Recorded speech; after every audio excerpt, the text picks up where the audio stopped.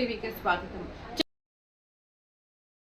100 bedded area hospital ఇంత పెద్ద building కోట్లాది రూపాయల వ్యయంతోని మరి రాష్ట్ర ప్రభుత్వము ఈ దవాఖాన నిర్మిస్తే కేవలమే ఈ ఏరియా దవాఖాన 100 బెడెడ్ దవాఖాన, కానీ వసతులు మాత్రం 100 బెడెడ్ కాదు కదా, 10 బెడ్లకు సరిపోని వసతులుగా లేనటువంటి హాస్పిటల్ ఈ సర్కార్ దవాఖాన. మరి ఎప్పుడోసారి ఈ యొక్క స్థానిక శాసన సభ్యులు మరి అందరూ పిలిపించుకొని సామూహికంగా ఆపరేషన్ చేయడం కాకుండా రెగ్యులర్గా వచ్చేటటువంటి పేషెంట్లకు సరైనటువంటి వసతి అందడం లేదు.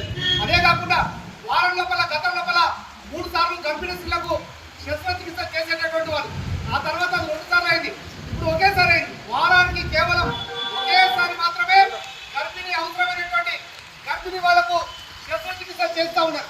ఇది నిజంగా చాలా దుర్మార్గమైనటువంటి విషయం. ఈ ప్రాంతం హరిజన గిరిజన వెనుకబడ్డటువంటి పేద ప్రజలైనటువంటి ప్రాంతం. ఈ నల్లమల ప్రాంతంలో కూడా ఏదైనా ఇబ్బంది వచ్చి శస్త్రచికిత్స కోసం ఎవరైనా